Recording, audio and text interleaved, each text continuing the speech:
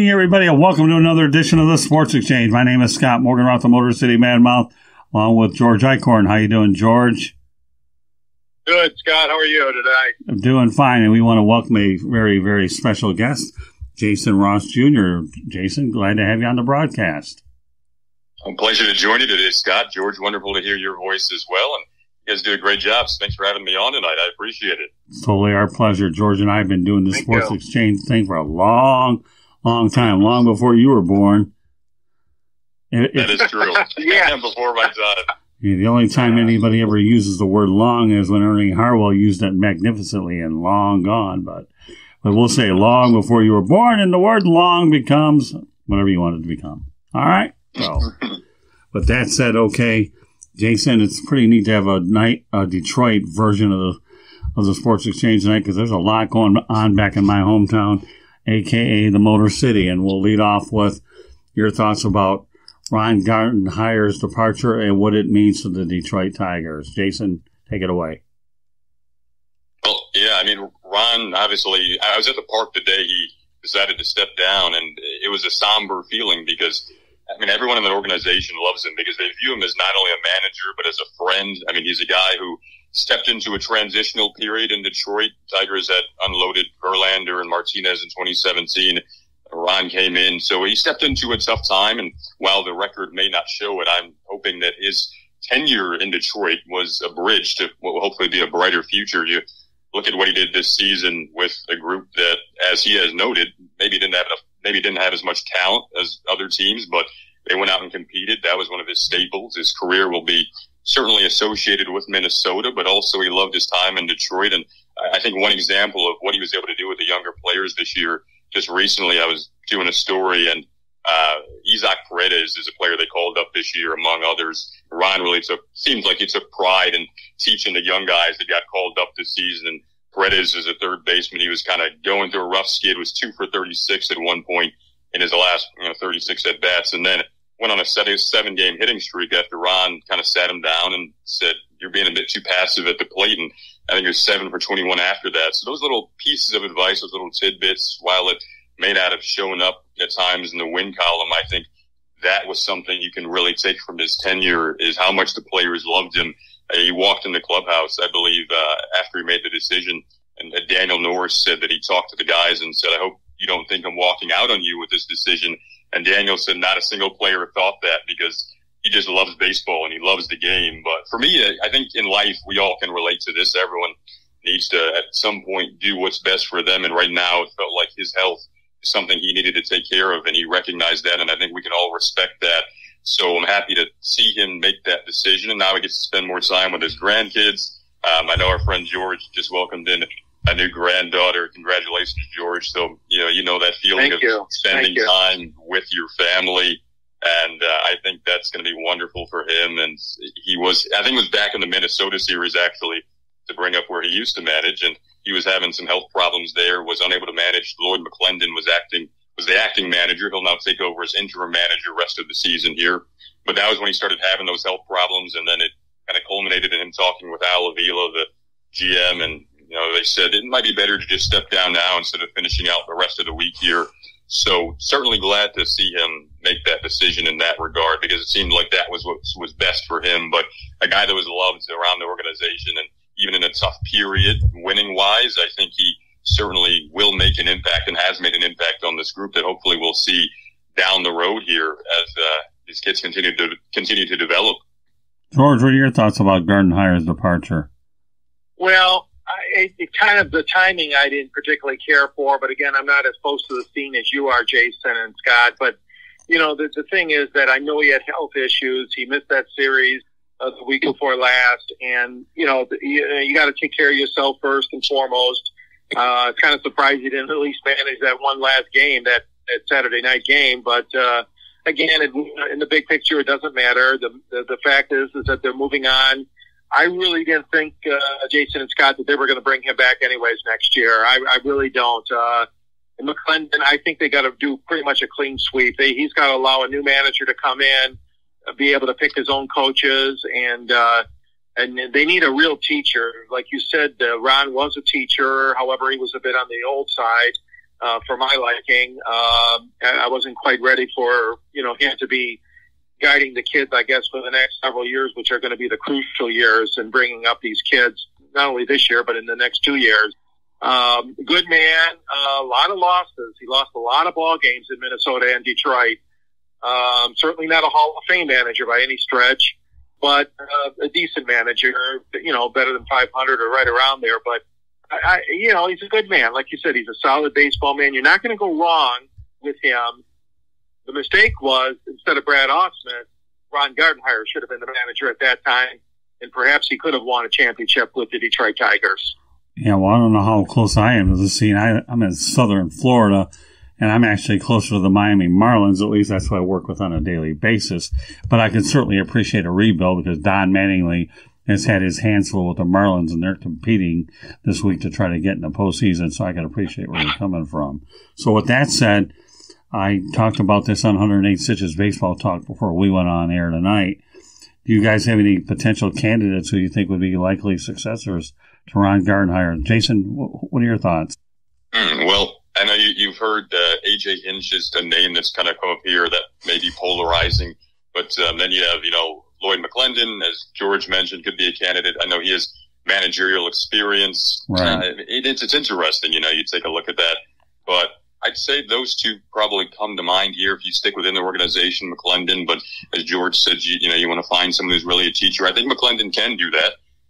So that'll be interesting to see where that goes. I haven't thought too deeply about it yet, but that's an interesting topic to bring up. Now, obviously, everyone in Detroit that's the thought process of where do you go next? So. Yeah. Yeah. Well, we know it's not going to be guys like Alan Trammell, Lance Parrish, and Kurt Gibson.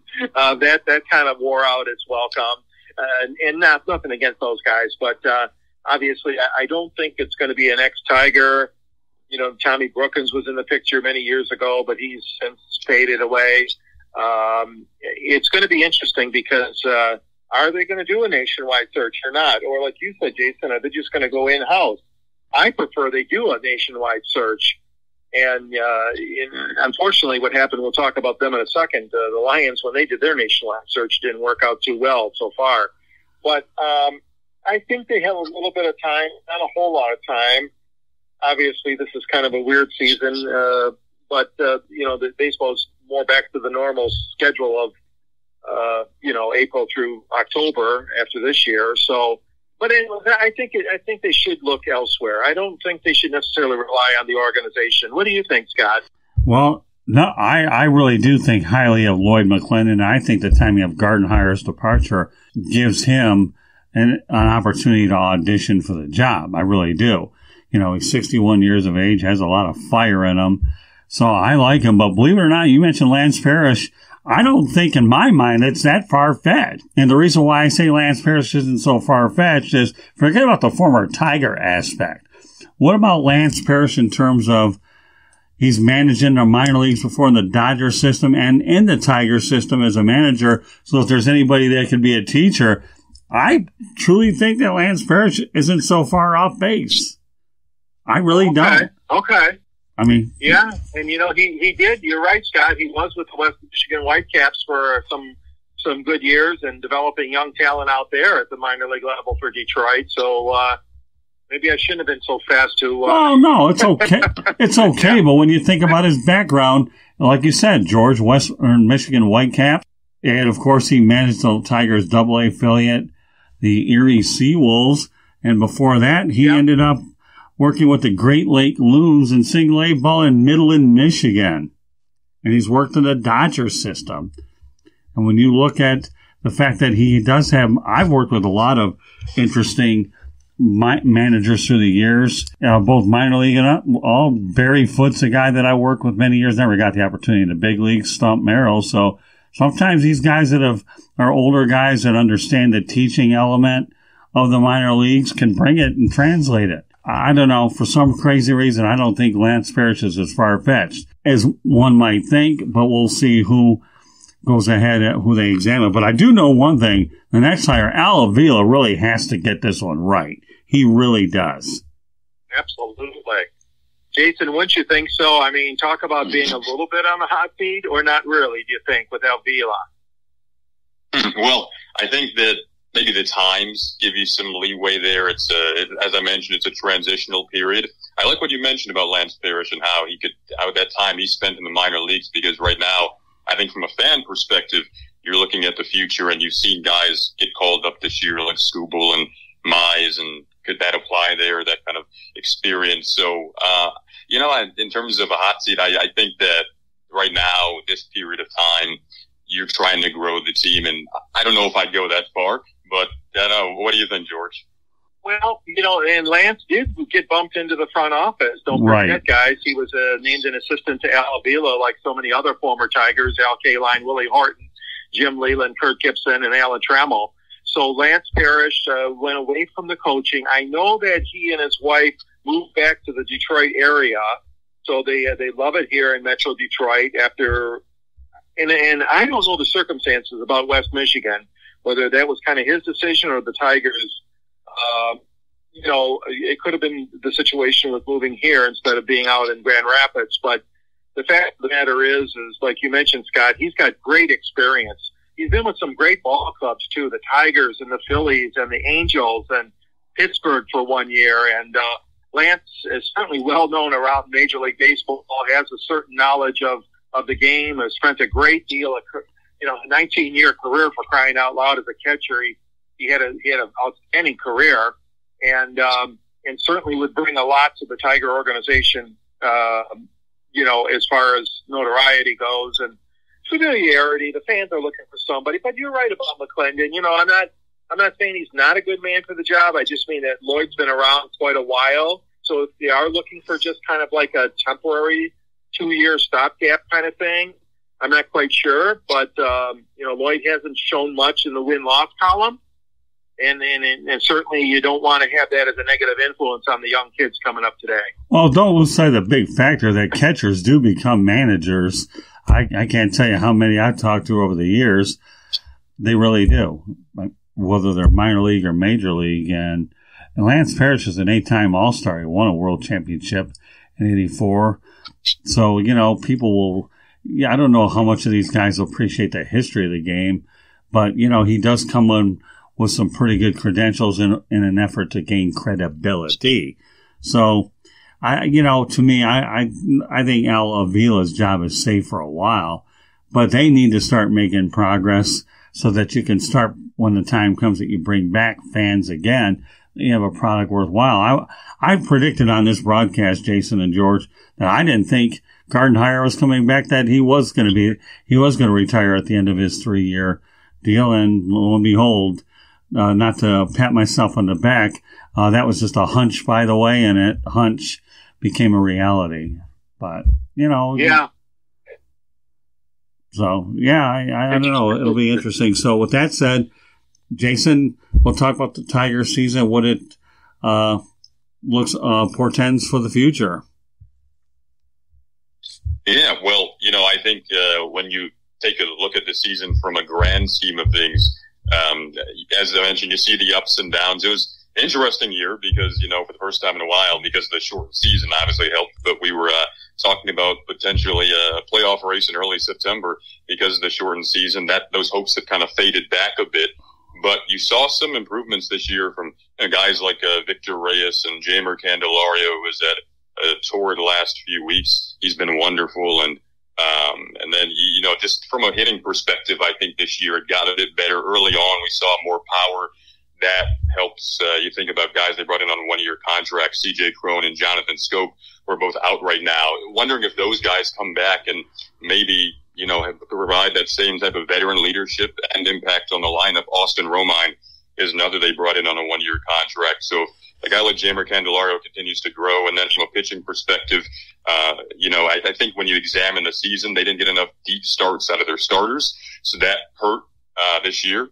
And they probably used the bullpen, as in, Ryan Gardenhire might say, they taxed it a bit too much this season. But I think you also see the ups and downs of you bring in guys like Casey Mize and Tarek Skubal. Those two get called up, and we've seen some sparkling performances out of them. And we've also seen games where, they'll tell you afterwards that they're lacking in their command, or these little things where they're talking with pitching coach Rick Anderson in the dugout, and you see the growth moments. But that's what you go through in a rebuild, right, is those growth site moments. So I think that's what I'm looking at when you examine this season. It was interesting. It was surprising maybe at times how well they played, but then also there were times when you see you kind of expected what was taking place losing wise. Right now, they're just not getting enough runs on a consistent basis. I believe they've lost 14 of their past 19 and haven't had a 2-game winning streak in a while here. So, they've had moments and then they've had those down moments, which is, I think, what you expected right now. And I give Ron Gardenhire credit for certainly the up moments and the development that we've seen so far this year.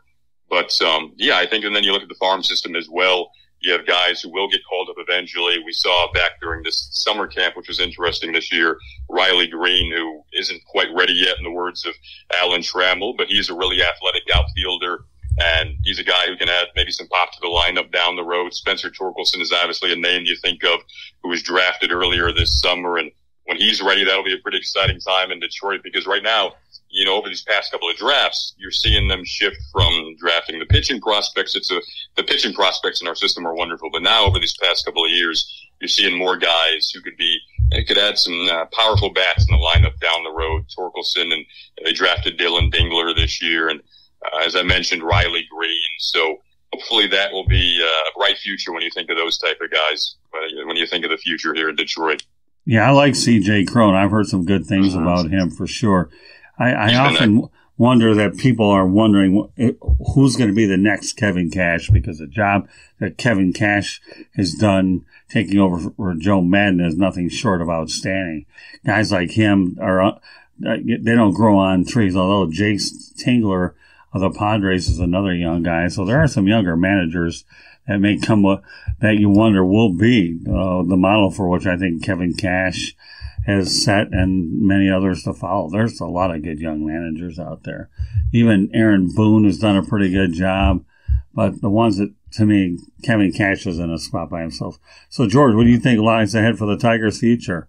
Well, Scott, I think that one of the issues I have is that, they brought all these guys up this year, but the bullpen is just such a major concern. Joe Jimenez did a terrible job this year. I don't know what his problem is. They finally had to take him out of the closer role and just put him in mop-up work or middle inning stuff. Miguel Cabrera, just a big disappointment. We were led to believe that he lost weight. He was in the best condition that he was out in Lakeland, and he just got off to a horrible start.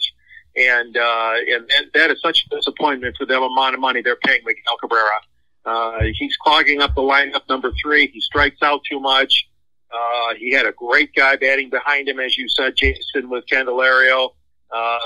But Miguel's just gotta, he's just gotta get better. And I don't know if he can, with his condition and just being a DH. And like I said, he was in his best physical condition. Everybody touted it, Chris Makovsky and Anthony Fennick, and everybody wrote these glowing stories down in Lakeland. But, no, he just had a so-so year at best.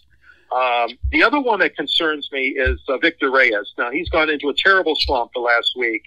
But you're right, Jason, holding nothing against him. He did have a really good season. He's fallen down to 280 or so now after being in the 300s for most of the year. Romine is another one. I don't know if they're going to bring him back or not. He only signed the 1-year deal, as you mentioned. Good, solid man. He knows how to handle the pitching staff. I would bring him back another year. Obviously, they don't figure Jake Rogers is ready. And, they sent Grayson Griner down. He had a terrible year at the plate, batting-wise. The kid they drafted from Ohio State, the catcher, he isn't ready. He won't be for several years. So my bet is they'll bring back a guy like Romine. But still, the pitching staff, until these kids start performing well, and Screwball and Mize, so to speak, Manning, if he comes up next year, Faedo.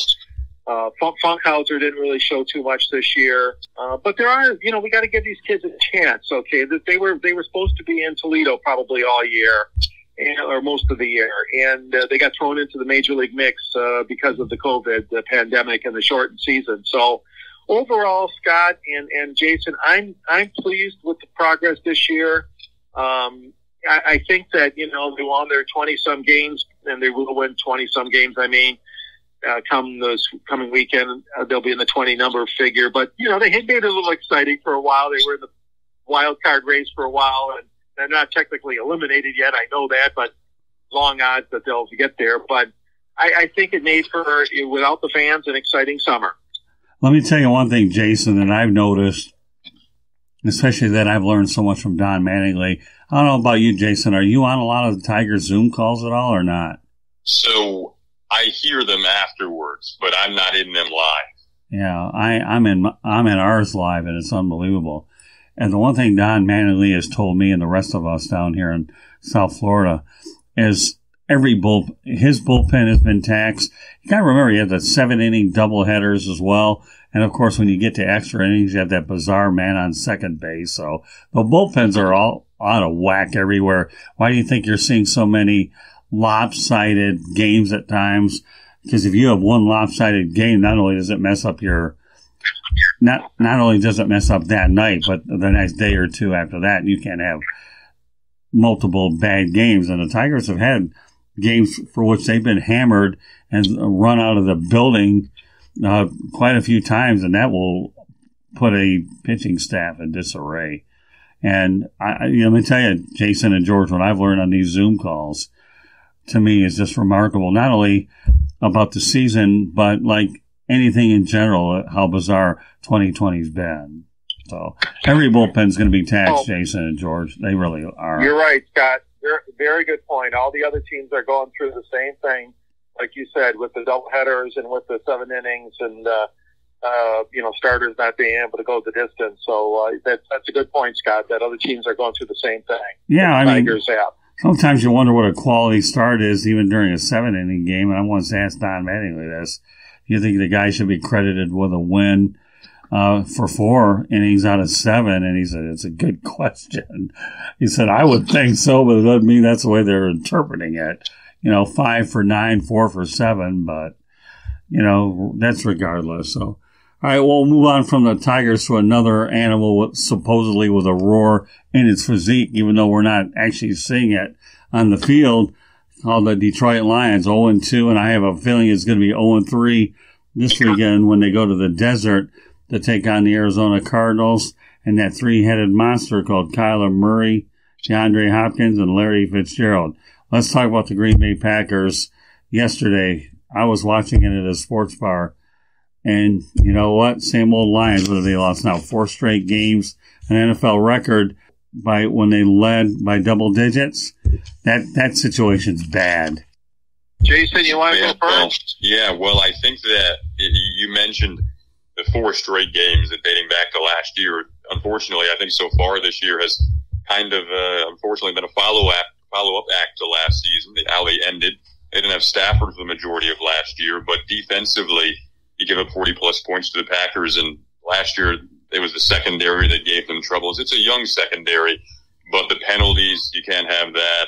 It's difficult to win in this league at any level of football, really, when you can't stop anyone, and I think that is going to be an issue. The penalties, not being able to get pressure on a quarterback when you're playing a quarterback like Aaron Rodgers or Kyler Murray, who you mentioned, and you can't get any pressure, that instantly gives you challenges. So unfortunately, they'll have to find a way to reverse course here, but it feels very similar to last year. There was optimism heading into this year because of the offensive potential. I think defensively, though, people thought it might take some time to adjust with, your top pick was Jeff Okudah. Obviously, he'll need some time to develop, but offensively, you're without your top receiver right now in Kenny Galladay, which is challenging. So I think he led the NFL in touchdown receptions a season ago. So trying to find a way to turn things around late in games, as you mentioned, too, that's something Lions fans are unfortunately a bit too used to. But last year, again, that was the issue, was finishing out games. And when you can't stop anyone in your secondary, it's difficult to finish out games against a quarterback like an Aaron Rodgers or Kyler Murray. So I think that's what I'm noticing right now, is unfortunately it has been a carryover from last season so far. Well, let me tell you, on the Wednesday edition of the Sports Exchange, I have Steve Ballesteri on, and he's a New England Patriots writer. And we talked about Matt Patricia on numerous occasions, and he said Matt Patricia's a bend but not break type of coach, and he's been breaking an awful lot. You bring a guy with a defensive mindset to the club, and all of a sudden the defense is poor. I mean, how many times have we seen a great defensive coordinator with a poor defense? Well, you know why that happens is they're focusing on that side of the ball. Now they got to focus on everybody. So can they pay attention to detail? I don't know. The fact that this team is a very undisciplined team with the penalties, and so many how many penalties you get, it's at what times that they come. And Matt Patricia, to me, was a mistake. You replaced a Jim Caldwell over him? Seriously? We'll get into that. So, yeah, I think the 0-2 start is horrible. And Kenny Galladay, or no Kenny Galladay, you know, I don't think the running back situation is that bad. And and at the NFL level, you better have a lot of capable receivers and not supposedly put all your eggs in the Galladay basket, albeit I know he's a heck of a receiver. Don't get me wrong. George, what's your take on that? Well, yeah, and, you know, they've got a decent supporting cast. I mean, I don't know about this kid Cephas, but, you know, Marvin Hall and Marvin Jones. But Galladay, yeah, I agree that has hurt them, not having him around. Nick Williams was a scratch on the defensive line. And, yeah, so they have been hurt by some injuries. That's true. But the fact of the matter is like you guys said, you know, they're following some bad traits that they did last year. Of course, they lost, as we know, 9 in a row without Stafford, as he was injured last year with his backbone's broken. So, you know, it's a tough road to climb. We were led to believe that this was a better team this year. They're certainly on the hot spot. You know, they're not going to get fired even if they're 0-4. I'm telling you right now, Sheila Ford is not going to pull the trigger. I think she's going to let these guys ride probably the whole season, unless something disastrous happens like no wins. Then I would think they would probably dump Patricia if this team goes 0-8 or 0-10, possibly. If they knew they weren't going to bring him back next year, maybe they'll. But again, we can't predict that. But I don't think she's going to make any changes if they lose the next two, which they very well could.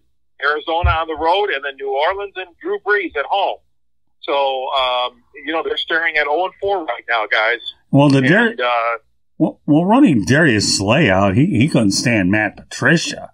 And then again, how many guys can really stand Matt Patricia? Guys can't leave a team constantly lose good players. And that seems to happen with this Bob Quinn, Matt Patricia regime. Darius Slay was a heck of a player, albeit he wanted to be paid. But how many other guys wanted out and have gone on to perform well in other environments? And that's a product of the culture. Yeah, Bob Quinn and Matt Patricia, New England Patriot guys. Well, the Patriot way can only work if you don't have Patricia doing everything that Belichick does, where I have a guy named Brian Flores, never met Brian yet.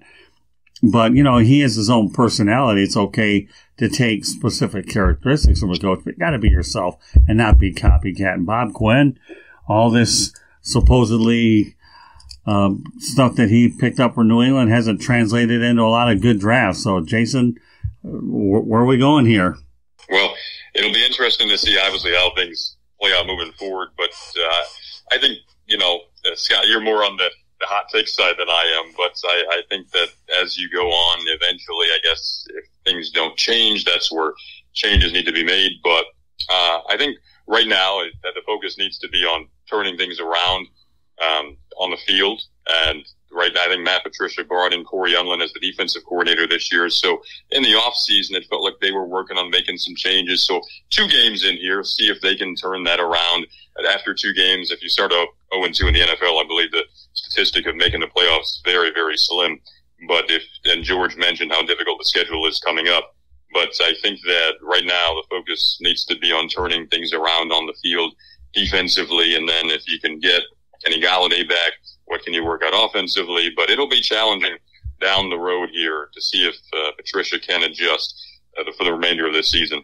I'm sorry, Jason, would you say I was on the what more than you are? I didn't catch that. You're on the hot take side more than I am. Hot take. Well, here's the thing, Jason.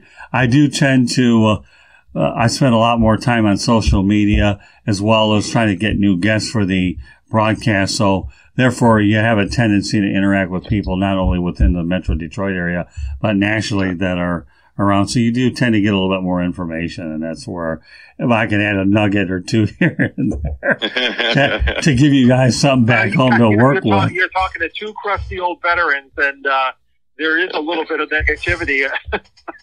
Obviously, we've seen one playoff win. I was on Daddy's lap, okay? 1957, I was on Daddy's lap. 1 year old, he had me on his lap when he listened and watched the Lions win the championship in 1957. So I was alive.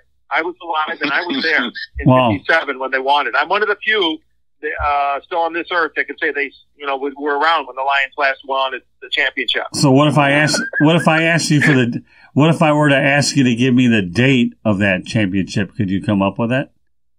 No, because I was just a baby. I was too young back then. I can't remember. Well, let me tell you, Mr. Eichorn. It was December something. Yeah, I'll tell you. You ready for this one, Jason? All right? Mm-hmm. Okay. It was born it was on December 29th, 1957, on my birthday, 5 years before I was hatched. Wow. Very exciting. How about that? And I tell people all the time, it's the same thing. Hey, when was the last time the Lions won? Oh, December 29, 1957, 5 years before I was born. So I'm proud to be a part of an interesting trivia question of Lions history. And believe it or not, I don't know if I'm going to get up to Jacksonville. We're supposed to play the Jacksonville Jaguars this year, but a lot of that's going to depend on our ability to COVID-19 protocols, whether they'll allow so many people in the box. I'd like to get there, but I'm not holding my breath. After Jennifer Hammond did her broadcast from Ford Field yesterday, I have a feeling there aren't going to be many people in the Lions traveling party. If I have any chance to get a credential in Jacksonville, and let me tell you, it's a big F. It'll only be because of the Jacksonville PR guy that I know real well. Other than that, I'm not holding my breath. But interesting stuff. See, Jason, you're getting schooled by a bunch of old geezers like George and I. Yes. Well, right now I'm actually on Wikipedia right now looking at the 1957 Lions season. So it's interesting. Looks like I know they played the Browns that year in the title game, 21-13. Yep. No, this is I love going back and learning from you guys. There's still hope. There's still hope for the Lions. Yeah, like you said, Jason, the season is still young. So, I mean, obviously they got some things they got to fix offensively and defensively, not to mention perhaps in the coaching area. But Dan Miller, you mentioned a good point, Scott. I did not realize that. Jason, did you know that? They did not send Dan Miller and Lomas Brown to Green Bay either. Oh, well, I didn't know that. I knew some of the media went to Green Bay, some of the writers, but I didn't know the broadcast crew was back at home. That's what I don't understand. If you're allowing some of the writers, the columnists to go, beat writers, why aren't you allowing the broadcast team? Well, they're doing a lot of remote broadcasts everywhere except for the national media. Of course, you got to remember the games are televised on Fox, NBC, and ESPN, so you'll have the national ones. Just to me, it's just more of a matter of everybody's doing everything remotely except for the radios guys. So I don't know. And you get to do all your home games. Obviously, Dan and Dan Miller and Lomas Brown get to do the Lion home games, but maybe they're not allowing the radio teams to travel to the road cities. Perhaps I'm not sure of the protocol on that. I don't know. It's interesting. I know that if I don't go to Jacksonville, the people I want to see are probably not going to be there anyway, so it doesn't matter. But we'll see. I'll have a little time. Yeah. I'll keep you guys posted on that. So let's talk about Matthew Stafford. I know you, George, you're wondering if he's possible trade bait. I got a strong opinion on that, but go ahead and let you guys take it first. Well, I'm just thinking, obviously I thought about this a while, but I mean, there comes a point in this guy's career, and it should be now, obviously, as opposed to later, where if he wants to be on a winner, it looks like it's not going to happen in Detroit. And if I'm Matthew Stafford, I keep all my options open. I know he loves it here, and his wife loves it here. And supposedly they, even though they're selling that big, expensive home of theirs on the lake, they're staying here. I have no insight into this, but I mean, if you're going to get something from Matthew, you would get something now.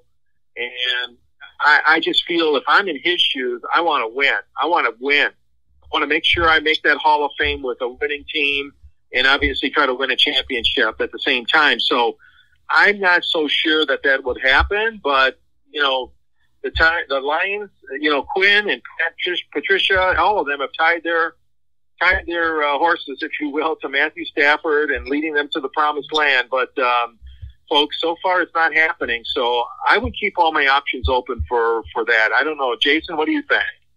I totally agree with you there, George. I think that you get spot on there. It's a tough situation for him right now. I think he loves Detroit, and he's had some of the best numbers that we've ever seen from a Lions quarterback in terms of how prolific he's been in a yards perspective.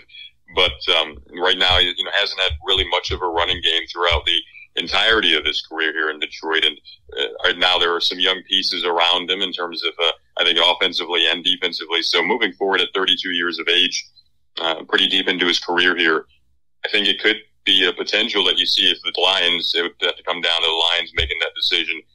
Do you make wholesale changes like that where you switch quarterbacks, or do you draft a quarterback? It's an interesting topic, and I think that Stafford does certainly have the ability to produce. He's coming off one of the best seasons of his career. Didn't play for the majority of that season, but when he was playing very well. So if they can find a way for him to get back to that level that he was at in the beginning of last year and get Kenny Golladay back, maybe you could see him be a bit happier offensively than he was on Sunday against the Packers. But long term here, I think, as George mentioned, it may not be very long term. It could be short term for how many years he has left. So that's where it would come down to a decision from him and the organization. So it's an interesting topic there. I think it could go either way, but interesting topic. Well, amazingly enough, I'd hate to see him leave Detroit. I think you get the right regime in there, they could build around him. I still feel he's got a lot of good football in him. I really do. I think to let Matthew Stafford go would be a major mistake. Again, Jason, you alluded, no running attack around him. And to me, he can put up all the points that he can, but the defense isn't holding him at the very end.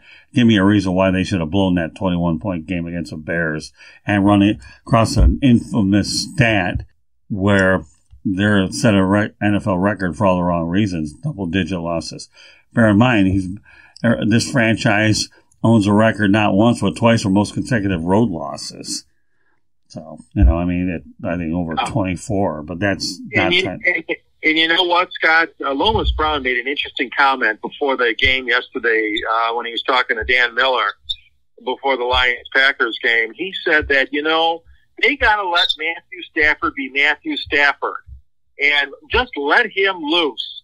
And, Lomas was very interesting and candid remark by Lomas, insinuating that, Matthew's hands are tied so much on this play calling, and Lomas is voicing an opinion that I think a lot of fans feel that, when the time is right, let him call his own plays. I know that's absurd nowadays, but, let Matthew be Matthew. And Lomas was saying that before the game yesterday, and they came out good. They started 14-0.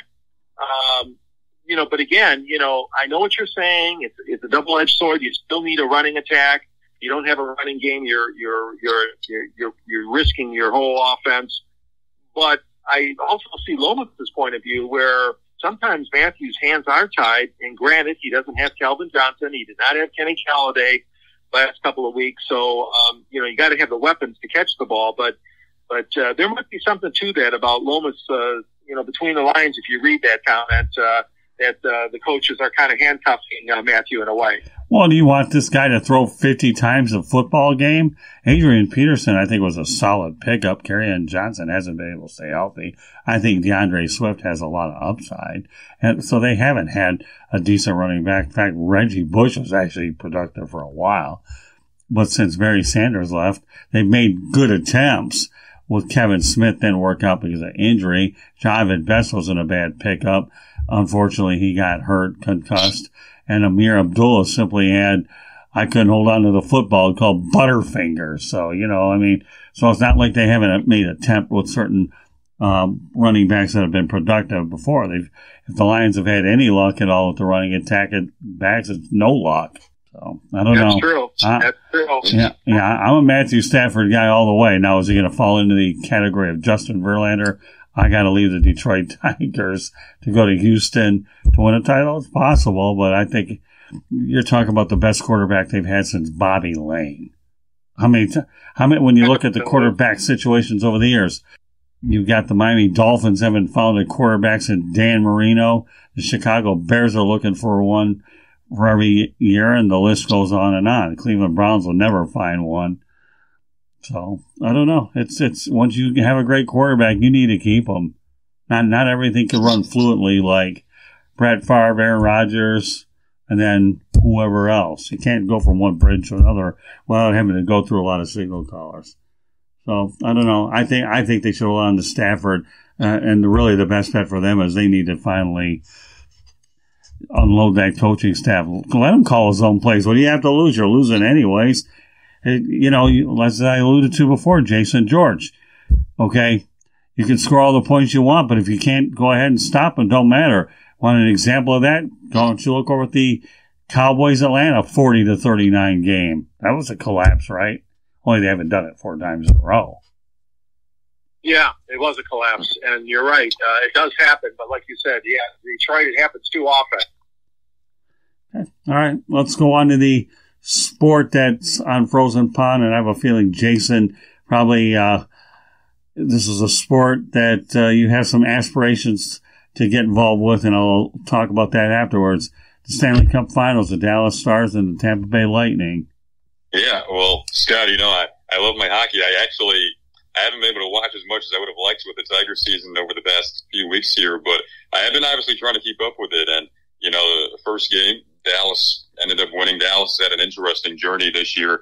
Remember, what feels like a year ago now, or longer than that, back in October when the season actually started, October of 2019, Dallas got off to a 1-7-1 start after a really nice playoff run the prior year. A nice young core, a nice blend of veterans, and the goaltending has been good. They have some speed, and I was just watching some highlights of the first game, and they've had some surprises as well with players like Joel Kiviranta, and they have some nice depth players scoring in the first game. Some of their defensemen, Jamie Alexiak, and the fourth-line center, Jason Dickinson, scored. Joel Kiviranta, as I mentioned. Hudobin was excellent in that first game. He's been a nice story for them, a very well-liked guy around the NHL, their goaltender. And then Bonus has done a fabulous job since taking over with that team. They've had to go through a lot this year with Montgomery, putting him to the side and then bringing in Bonus as the interim coach. I thought he's done a wonderful job so far. And that first game, I noticed, as we were just saying a minute ago, Tampa Bay was up 3-0 last time we checked. I believe Dallas has scored since then. But Tampa Bay was 5-0 coming off a loss. And, now we're seeing them maybe moving that to 6-0 if they're up 3-0 right now. Tampa Bay's a very talented roster, and they've had a wonderful season as well since I always love when a team has a disappointing year in the playoffs like they did last year, losing by a sweep to the Blue Jackets, which was surprising to everyone, for them to go down in 4 games to Columbus. And then they come back the following year. They defeat Columbus in what was an excellent series, then go on to the Stanley Cup Final. They're just so talented. They're without Steven Stamkos right now. He's a big part of their power play that was shut down in the first game. But if they can get him back, which might happen pretty soon here, we could have an interesting series. I think it could go long. Scott, I know you're down in Florida, and that's the team that you've probably watched over the past few years here. They've been one of the most consistent teams for a while now. So I think that first game may not be indicative of what the series will be like the rest of the way. They'll certainly compete better than what we saw in that first game. And I think based off score, us checking it here, them being up 3-0, that's what's probably happening right now. Well, I got to tell you this. I want to go back to one Lions play I forgot to mention. The Lions, when they won that 1957 season, had a record of 8 wins and 4 losses, just so you know. 8-4. So, I mean, just get in and take care of business. Now, back to your point, Jason, with the hockey. I live in southern Florida, and I've had a chance to see the Red Wings on average a couple times a year, thanks to the Florida Panthers. I have a working relationship where the Panthers are sending us material to the South Florida Tribune. But, the Lightning have definitely, Steve Yzerman obviously was the main reason that they were able to get that organization straightened out. So you're right. They were humbled by that Columbus loss, and they built on it. So that's a good they run a really good ship out there. They really, really do. But the Panthers, Florida Panthers, are a team that I pay quite a bit of attention as well. And thanks to the Panthers and the Red Wings, I have a chance to see the Wings a couple of times a year, so it's always good to connect with some friends as well. So, but we'll see what happens. It's definitely interesting series. I love how you talk about Rick Bowness. So, Rick Bowness, to me, former Red Wing, has an opportunity to win this, to get this job full time. The fact that he's taken the Dallas Stars to the finals is unbelievable in a very difficult year.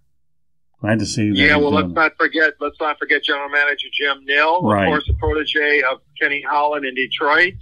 Jim Nill is in his first NHL finals, and Jim Lights, the former son-in-law of the late Mike Ilitch, of course, is chief executive of the Dallas Stars. And so I'm pulling for Jim and Jim Lights and Jim Nill. And you're right, Rick. You're right, Scott. Rick Bowness, former Red Wing also. So I'm going with Dallas all the way. I feel bad for Stevie Yzerman. Here he leads the team, and now they make it to the finals this year. And, oh, my gosh, if they win it without him, I know that's going to be very bittersweet for Stevie Y. But he had his chances down there. He made it to the finals, I believe, one time with them as general manager? Mm-hmm. But you know, it would be terribly ironic if Tampa sipped from Lord Stanley's Cup this year, 1 year removed from when Yzerman walked away from the club. Yeah, years ago I wrote a story on Jim Nill. Really nice guy, very knowledgeable hockey. You'll learn a lot from him. I disagree with you on Yzerman. I really do. I think that Steve Yzerman can take a lot of credit internally within himself that he took a doormat franchise and turned it into a powerhouse. So I disagree with you there. And he'll do the same in Detroit as time goes on. You know, hit on those draft picks. It's too bad they've been snake bitten a little bit by not being able to get the number one pick because of that lottery system that they have. But Steve will make the best of it. So, no, George, I differ with you on that. I think he left the Lightning in better hands than it was when he had inherited it. He's taking a lot of the things that he learned with the Lightning and he'll apply them to Detroit. So, I don't know, Jason. George and I are disagreeing on this one. So, where do you stand? Where do I stand on Yzerman and stepping aside? From you taking my side or George Eichorn's side? Oh, well, you know, I think that the timing felt right for Yzerman to move into Detroit. I think that Red Wings fans certainly like the timing of it, and as you mentioned, the draft has been a bit unlucky for the Wings over the past couple of years here, but you know, I think in terms of a timing perspective, it felt like the right move at the right time. It felt like it was something he wanted to do and something the organization was welcoming. And Kenny Holland moving back to his hometown out in Western Canada, and he's doing a nice job with the Oilers now. So I think that the timing worked out well for that particular move. I think that I'll take my own side here and say the timing worked out well. I heard Jimmy Howard's doesn't plan to retire and he's looking to leave. Do you think that Jimmy Howard could be reuniting with Ken Holland in Edmonton? Or it's too bad that Jimmy had such a poor season with a team that performed so poorly. But I think Jimmy Howard has some good hockey left in him. And where could you see him going? Well, that's an interesting thought to bring up. You know, we saw Andreas Athanasiou kind of quickly reunite Ken Holland out in Edmonton. Maybe that could be a potential landing spot. That is interesting because Howard did struggle here in Detroit this year. Bernier had his moments where I think he can maybe moving forward here. You look at him as possibly the number one goaltender unless they, bring someone else in. But, that's an interesting thought to bring up about what the market could look like here and what will be an interesting free agency. We're talking about free agents in October and November leading up to the season as opposed to in the summer. So it's interesting to see where Howard will end up. I'm not quite sure, but that is an interesting thought. Is it time to move on? He's obviously a very well-liked figure in Detroit and has done some good things here, but this year was a struggle. Yeah, well, very much so a struggle. And I think he needs a new fresh start. I would not be surprised if they try to move him. I really wouldn't be surprised at all. Yeah, well, I got to tell you that when you have guys who reunite with general managers, to me, where there's familiarity in play, there's no better place for a fresh start than what you have there, especially with the case of Athanasiou landing up in Edmonton to join Ken Holland, that's for sure. So, I don't know. But, so where do you think that Jimmy Howard could potentially land? Any ideas? I don't know. I see how that plays out. Yeah. Lots of There's teams. a number of teams that might need a backup goalie. It's too early to tell, but there's quite a few that would probably take him on at the right price. That's be the right price. Yeah, nobody wants to go ahead and end their career with the record that Howard had last year, and I don't think that'll happen. All right, let's talk about the NBA Conference Finals. Who's going to win it? Well, Scott, you're down in South Florida. I definitely wanted to get your thoughts on the Heat. It feels like that's a team with resiliency. They could be down theoretically with how the Celtics got off to those really good starts in the first and second games. Maybe the Celtics could have a 3-0 lead right now, but instead it's the Heat. Similar to what we talked about with the Lions, those late game, the Lions are on the wrong side of the late game comebacks. So now is the Heat, can you stay resilient and try to move forward here? I love Jimmy Butler. I haven't had the chance to watch too much of the series, so you can probably delve into this further than I can. But, on the opposite side of that, in the Western Conference Finals, I think it felt like Denver really needed to snag that win last night. And unfortunately, Anthony Davis gets the game winner. I think that really, in that series, it's Denver they have some really good individual players there with Jokic, but as a whole, they're a really good team. They play good team basketball, and I think they have an excellent, bright future there. But on the Lakers side of things, it is the stars such as LeBron and then Anthony Davis who can hit a shot like that. So can you find a way to overcome that? They certainly have the ability to. They show that they can in the previous series coming back from down 3-1 against the Clippers. So it's a wonderful Denver team, but do the Lakers have a bit too much talent here to overcome is my question. Well, I can answer that. Number one, Kobe Bryant's death certainly inspired this team, for one. Number two, Anthony Davis and LeBron James are a dynamic 1-2 punch, and whatever the bench can provide will provide. On the Miami side, Jimmy Butler is the heart of that franchise. He really is. He loves Pat Riley. He calls Coach Pat Riley, and Eric Spoelstra has done a phenomenal job with that team, and they built a really good culture in Miami. So I'll tell you what, Goran Dragic, the Miami Heat have a winning culture, and when you have Pat Riley and Eric Spoelstra running that ship, they're dangerous. I mean, does Boston have enough? I don't know. I'll stick with Miami against the Lakers, LeBron against his old team. That's what I would do. And LeBron James can finally take his legacy and do what he needs to do with it, knowing he's won a title in 3 spots. Well, the Lakers obviously caught a break by the Clippers being eliminated because everybody was looking forward to the Lakers against the Clippers. The Clippers' fast-paced offense, and obviously Denver pulled the shocker of all by eliminating the Clippers. So there's no question that the Lakers are going to be in the finals. Denver doesn't have a chance, in my opinion. LeBron's on a mission, and so the Lakers are as well. Miami, I've not really been a big fan of Miami over the years. But this year, obviously, they're doing it. They're having a special kind of year. I would love a Boston, LA, just like old traditional times, the Celtics against the Lakers in the finals. But I agree with you, Scott. I don't think it's going to happen. I think it's going to be the Heat against the Lakers when it's all said and done. And obviously, performing in the bubble, it's just not the same. It's totally different. They can't get the home fans. They have the home court advantage.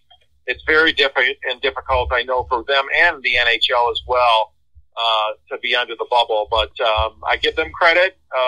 Both commissioners have done a hell of a job putting together, salvaging what they could of the season in the NHL and the NBA.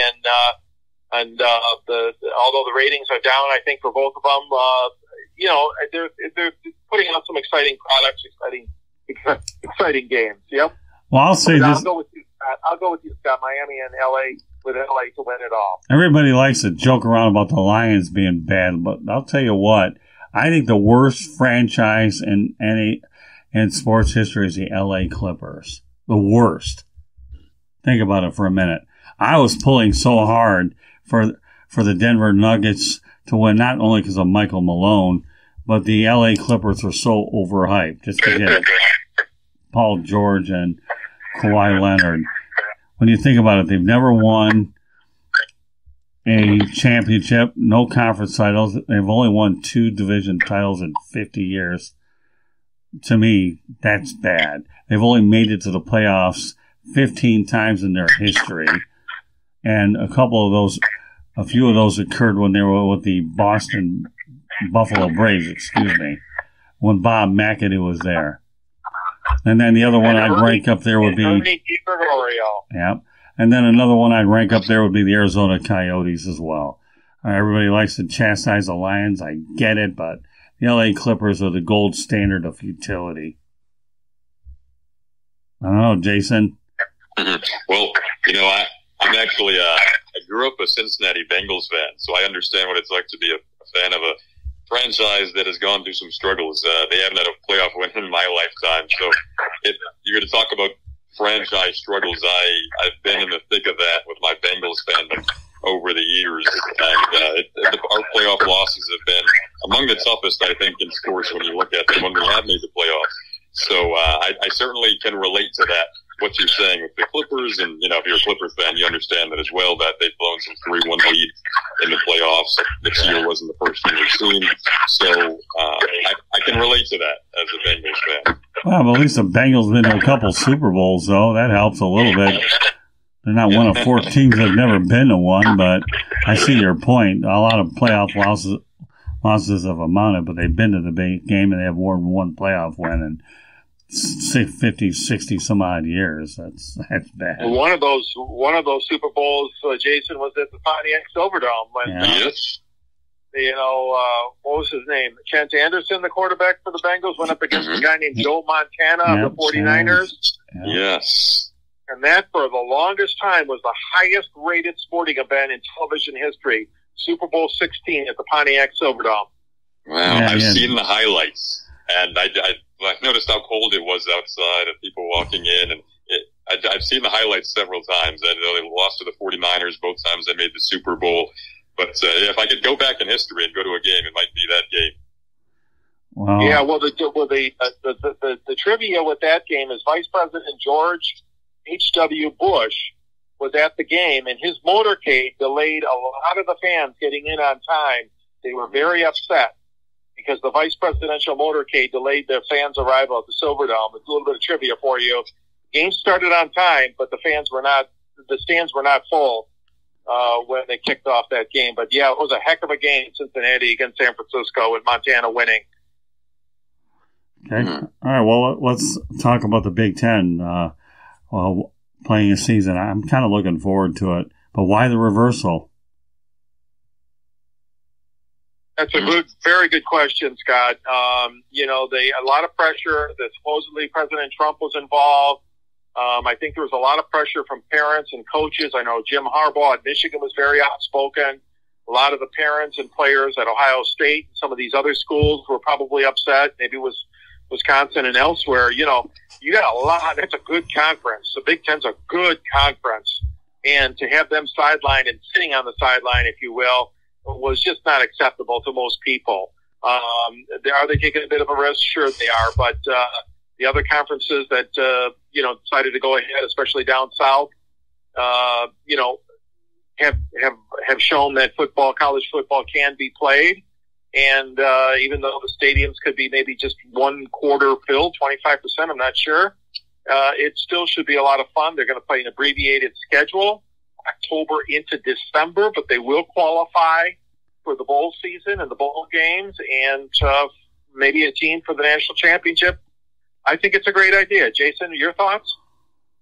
Yeah, definitely. Over the past couple of weeks, it's been great to see college football on TV, but it's felt odd not having Big Ten football in the mix. And I think the reversal maybe comes from the pressure of other conferences deciding to go with playing football. And, there's kind of a risk here, obviously, for obvious reasons. But if it does work out, I think that having the Big Ten in the mix, it just wouldn't be the same without them, especially us growing up in Michigan and knowing Michigan football and Michigan State and Ohio State and all the other schools that surround us here. It definitely felt a little odd. So I think as a fan, certainly happy to have it back and hoping it works out well. So I think that, George, you're spot on there. But hopefully we'll have a postseason and, it'll be great to have Big Ten football here, even if it is with limited fans. I think I just saw a post the other day about what the rivalry weekends could look like. I forgot what the dates were, but just having that and seeing the Big Ten to be a part of it is certainly something that's exciting. So I'm certainly happy to have Big Ten football back. Well, I think I had an opportunity to watch NFL college game day, over the weekend, and I was thoroughly impressed with Big Ten Commissioner, Kevin Warren, and the way he said, follow the medicine. Follow the medicine and the strict protocols that they have, that if you test positive, you're out 21 days. And if that doesn't light a fire under the backside of these players to do the right thing, then I don't know what will. Follow the medicine. And Kevin Warren has had his work cut out for him ever since he took on the job 2-3 months ago. And for him to walk into a COVID-19 jackpot, well, you got to wonder how previous commissioners would have handled it, because I think Kevin Warren has really been ahead of it, and he's handled it tremendously. I'm glad to see it coming back. I really, really, really am. But, they're looking at the safety of the players first. They really are. And I commend the Big Ten for taking a stance. Yeah, and Kevin Warren is a former Detroit Lion front office man. Well, we won't hold that against them. Succeeded Jim Delaney, a very successful commissioner for the Big Ten, obviously for many, many years, Jim Delaney. But, it's interesting because they're going to end their season. Well, actually, the championship game, I believe, is going to be played on December the 12th for the Big Ten. And, of course, the bowl season begins like about a week later, the early bowl games on the 19th of December. So there's not going to be much time of rest. But the Big Ten title game obviously will be played at a neutral site in Indianapolis again on December the 12th. So the early prognosis is not good, guys, for Michigan and Michigan State. I saw some of the picks in the Detroit newspapers here, and most of them are saying like maybe the game or two above 500 for Michigan and maybe a 500 season for Michigan State. So, with Dylan McCaffrey leaving, that was a surprise to me. I was really surprised. He's got a great football heritage, his family, and he must have been unhappy about his chances, I don't know, or getting along with Coach Harbaugh. I don't know the reason why McCaffrey wants out of Michigan, but that was a real surprise that one of their quarterback prospects, Dylan McCaffrey, wants out. Yeah, well, Harbaugh's there to develop quarterbacks. They get to the NFL, but they're not able to make an impact. We'll see if that changes. Yeah, good point, Scott. Some thoughts, Jason? On McCaffrey and the things changing? Sorry, I didn't catch the last part. That's there. All right. Yeah, about Dylan McCaffrey. He spent a lot of time with the Wolverines, obviously, but it didn't turn out. It didn't work out well for him at the end. Mm-hmm. Well, yeah, I think every once in a while you have those situations, and I don't know, this will be an interesting year for Michigan. I think that the potential is always there when you have an excellent coach like Harbaugh, but that is an interesting situation to pop up there. How do you fill that, and how do you fill the gaps coming off last year? So, yeah, we'll see what happens with Michigan. I think it's always there's always optimism going into the season, and this year will be different. But yeah, I think getting over the hump and getting that Big Ten championship game is always the goal. So yeah, we'll see how it plays out. Okay, Jason, what I want to do now, since you've done a really dynamite job talking about a lot of Detroit sports, we're going to shift everything over to you. Okay, as I understand, George informed me that you're a student at Lawrence Tech. Is that correct? Mm-hmm. Yeah, that is true, Scott. I used to live over in Southfield at 12 Mile and Evergreen. Used to drive by that place all the time. Used to love going to WXYZ right down the road from there. That's where we actually got our first opportunity of working together over at Sports Talk. I'll never forget that. With Ron Cameron, we did our thing with Sports Talk. Oh, yeah. Yep. You got to let him know about that one, George. Yeah. Oh, he knows my affiliation with that show and with that gentleman you just mentioned. Jason has seen me talk to that guy, Cameron, quite a bit, haven't you, Jason? Yeah, I know Ron. Yep, definitely. I've had my interactions with Ron. Yeah, great guy. Everybody's had their interactions with Ron, the good, the bad, and the ugly. Although I I have to say, though, with all due respect, without Ron Cameron Sports Show, initiated by Sam Greenblatt, getting me in there, I wouldn't have been able to enjoy 40 years in this business with George Eichorn alongside of me for every bit of that 40 years. So thank you, Scott. The feeling is mutual. Thank you. Yeah, well, George and Eichorn have dealt with a lot of challenges and conquered a lot of them and explored. So our history, Jason, would probably take you like 50 some odd years or 60 years of the Lions getting back to the Super Bowl. So if you really know the history between Eichorn and I. So Yeah, Jason, why don't you give me and Scott a lowdown? I know you got a very lofty goal that you're pursuing, that you have worked very hard at trying to get into. Tell us about that. Now, didn't you say that didn't he say that you're a reporter for Sports Illustrated? How'd you get that gig, Jason? Yeah, well, I started that a few weeks ago. I started covering the Tigers for Sports Illustrated. They're doing an excellent job with their coverage and growing, and started up a Tigers page. So I was able to find my way in there, and we're starting off. We're still in the early stages, but building something up here. It's called the Tigers Baseball Report under Sports Illustrated. You can find it by looking up Tigers Baseball Report on Google or wherever you may find your internet needs. And we post daily content, written and video. We're doing a lot of different video coverage. So it's been excellent to get the writing and the video in on a daily basis and blend those two. George gave me a wonderful opportunity, and Trevor Thompson with ESMA, and I was able to get a lot of reps there with my reporting and learning the craft, covering the Red Wings and the Tigers and the Pistons and the Lions. And we did some wonderful work, and can't thank George enough for helping me out with those opportunities, because that really helped me grow. And now I'm kind of translating those skills over to the Tigers Baseball Report, and we're trying to grow it. And Sports Illustrated has done an excellent job, again, developing their MLB coverage. And now it's a pleasure to have it here in Detroit. So we're building towards it. My ultimate goal, as George alluded to there, I'd have to say, is to become a play-by-play broadcaster for ESPN or a network. That's my passion in life, is play-by-play. I love reporting as well, obviously, and on-camera reporting and hosting. I want to try to be as versatile as possible. So I'd love to host as well, or do the reporting job. But play-by-play is probably my top goal, I'd have to say. I love hockey. I love different sports, though: football, basketball, volleyball, Olympic sports, whatever it may be. I love to call it. I actually did some swimming back in the past winter here. So any sport I'm willing to do. And I love the industry, love the business, and it's been an excellent time so far working with SI. Well, I got to tell you, many years ago when I was a kid aspiring to get into business, I had that dream of being a play-by-play announcer as well.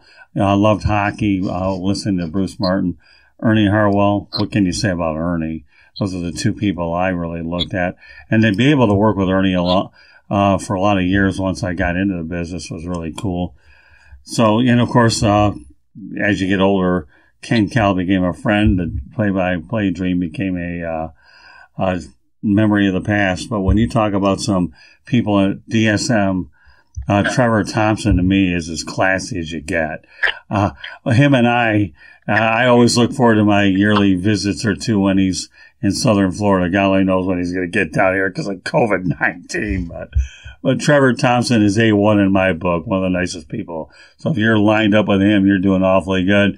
Some of the other ones that I've enjoyed with Jim Brandstatter, DSM has always been great, Ken Cal. And I want to sit here and point out too many names, but those are the three people that are off the tip of my tongue right now. That I love them all. They're all great people. And when you're around elite company like that, you're doing awfully well. So you talk about your Sports Illustrated now, and you say you look to become a broadcaster for the National Hockey League. There's a guy by the name of Anson Carter. Do you ever have a chance to, is he like a role model of yours in terms of what you're looking to get done? Let's see, yeah, Anson does an excellent job. I love watching his work on TV. He's very articulate and gets into his ability to analyze the game is such a byproduct of his career, and he's a good speaker in general. So I think that he does an excellent job. I love guys like Doc Emmerich, who you brought up earlier. Right. The NHL just has a really good core of broadcasters in general, and Anson is definitely one of those guys. You look at the hosts, the play-by-play announcers. I've had the pleasure of, you mentioned Bruce Martin, his successor, Ken Cowell. I've had the pleasure of sitting next to him in the booth and just examining him and watching what he does. He's another DSMA member, and he just has been so wonderful to me. Him and Paul Woods and their engineer, Tim, they kind of let me sit in the booth sometimes. Jeff Rieger, talking with those guys has been excellent, learning from them. Ken Daniels, had the pleasure to chat with him. I actually did an interview with him a couple of years ago. Trevor has been wonderful to me. Actually ran into Trevor a few days ago. He's just such a cool guy to chat with, such a good friend, such a great person to learn from. So everyone around the NHL, I'd say, has been so wonderful to me. I've had the pleasure of meeting quite a few different broadcasters from different teams, and I can't say a single bad thing. They've always been so nice to me that I sent an email over to Doc Emmerich, and he gave me some feedback. So if he can name a team, I know down in Tampa Bay, Goldstein and those guys, they do an excellent, Florida, they do an excellent job. And, it's such a great league in terms of broadcasting and media wise. So I think the NHL really sticks out there. Well, Kevin Weeks is another guy that I think he appears regularly as well. So, So he's another guy that I don't know if you model him. Yeah, you talk about Trevor Thompson. I got his cell phone number. All I need to do is go out there and I text him whenever I need to get a hold of him. I got to tell you, I've run across some medical issues over the years, and Trevor Thompson's always, every time I get down a little bit, he's always sending prayers and telling me, you got to stay in the game, pal. I mean, don't give up on me yet. I think the last time I saw Trev was actually on my birthday when the Red Wings took on the Lightning. It was pretty cool seeing him, but it's always good to see Trevor. Trevor Thompson's a text message and a phone call away, and we maintain a great line of communication. With that said, I understand that you were looking to apply for the Seattle Kraken job. Tell me how that went. Yeah, I tried to make an effort there. I'm still pursuing it. That's definitely a goal of mine to get in with them. There's some wonderful people that work out there, and got in contact with some people who work there, and they've been really nice to me, but not working for them yet. But hopefully that's the goal of mine, to potentially do that in some capacity. They have a minor league team that will be playing in a couple of years, and certainly pursuing that. But yeah, I think they're going to have a great organization based off the people I've talked to. So I think they're off to a wonderful start. They've recently hired a play-by-play broadcaster, and I think that they're just going to do a great job, obviously. And it's a fantastic city for sports. I think that they tried to sell a certain amount of season tickets. I believe they sold something crazy like 30,000 in 12 minutes or something around there. And just the fan base there. You see it with Seattle football and the Sonics in the past and the Mariners. So I think that passion is going to translate right over to the Seattle Kraken, and that's going to be an excellent organization for years to come. Well, yes, and that's a great move. That's a great move by the NHL to go to the Pacific Northwest. Obviously, Vancouver will be a natural rivalry too for Seattle, right. And that's a great move. You make a good point there. They are a good, solid sports town. Well, when the Sonics departed, it's because they had a very inept stadium. It wasn't anywhere, and they tried for many years to get that stadium of politics and Sonics down to Oklahoma City. But I could see NBA eventually returning there. But the NHL was smart. They needed a 30-second franchise to even out, the Eastern and the Western Conference. Did. And now you have Las Vegas and Seattle in the mix. I hit jackpot on that. So, like I said, Jason, we always love to I always welcome DSM members to come on this broadcast. I really do. I look forward to getting back to Detroit to eventually meet you face to face. I think it's something I'm looking forward to. And you're always welcome to come on this broadcast anytime that you really want to. I really thank you, Scott. Having you. You're a great young man. Dealing with two old geezers like us. I really appreciate you guys. Two DSM guys that have been at it for a lot of years. And, again, you bring a refreshing outlook to what this industry needs. And we know full well your vision of the media versus what we did in the old days. If you're not technologically sound, you're not active on social media, then you're really in trouble, and you either have to catch up or you're going to fall behind. So, with that said, what we do at the end of this broadcast, Jason, is we get everybody an opportunity to promote themselves and how they can get a hold of you. So why don't you go ahead and you can lead off. Okay. Well, thank you, Scott. I really appreciate that. Yeah, well, you're welcome. You can find me on Twitter, Jason Ross Jr., #1.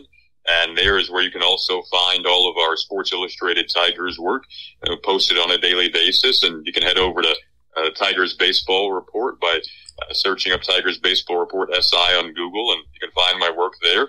So doing a lot of that. And then I also work for Lawrence Tech, which is a university here in the Detroit area, and I do their play-by-play. Started doing some play-by-play for Oakland University as well. But yeah, you can find the majority of my work right now. And if you head over to Sports Illustrated and check out their Tigers coverage. So thank you again, Scott, for allowing me to say that. Oh, my pleasure. Hey, listen, you're a member of DSM and you're in my hometown, and I hope I made a good friend out of you. And, I look forward to doing more of these and look forward to seeing you in the future when I'm able to get there. I'm not worried about taking a plane anywhere. I just jump on my Bull Cruiser and go up there and drive my vehicle and go crazy for 20 some odd hours. So it's my pleasure. George, go ahead. You're up next. Okay, George Eichorn. You can reach me at DSBA2. And you can also email me anything you want to talk about sports, gichorn@yahoo.com. My book is called Detroit Sports Broadcasters on the Air from Arcadia Press. And there's a link to purchase the book on the South Florida Tribune website under my biography, about me. You'll find a link there to purchase my book. I cover Ernie Harwell, Van Patrick, Ray Lane, I mentioned Harwell, Paul Carey, Frank Beckman, Bruce Martin, Bud Lynch, George Blaha, the whole gang, the whole gambit of Detroit sports broadcasting history, all in one book, Detroit Sports Broadcasters on the Air. It's a great read, and hopefully you'll be finding it interesting yourself. Thank you, Scott.